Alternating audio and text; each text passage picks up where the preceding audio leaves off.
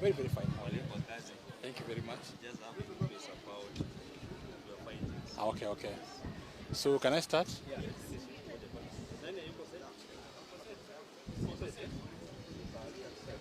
So I'm through with the postmortem of the body of the late Kelvin, Kiptum. Kelvin was a 24-year-old gentleman who it was alleged that he was involved in a fatal motor vehicle accident.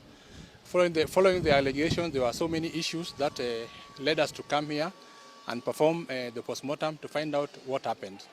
So upon doing the postmortem, the finding was as follows. First of all, what we found that the late Kelvin had severe head injuries. There were severe skull fractures, which were mainly at the base of the skull.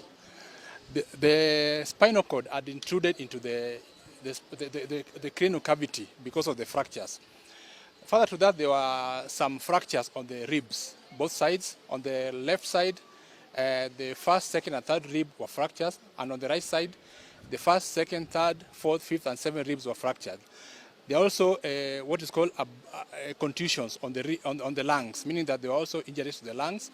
So what actually killed the late Kelvin was severe head injuries, which when I look at them, they look more of something which was caused by a motor vehicle accident. We've taken samples for further analysis because the circumstance of the death is still being investigated. So there are some samples will be taken which will undergo what is called a full toxicological analysis. So you can see that whether there was anything that could have contributed to is being involved in the motor vehicle accident. What we are doing is to do what is called toxicological analysis, being that this is a person who was driving, then suddenly he got an accident and passed on. So our question is, what could have contributed to this? Was there something in the system which could have contributed to this? That's why we've taken samples for further analysis. Yes. Sisi kama familia tumeridhika na the process of postmortem. I have witnessed the whole process. We started at 11 and tumemaliza at 13:40.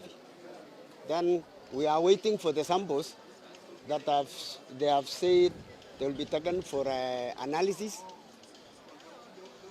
and we are okay with the process of postmortem.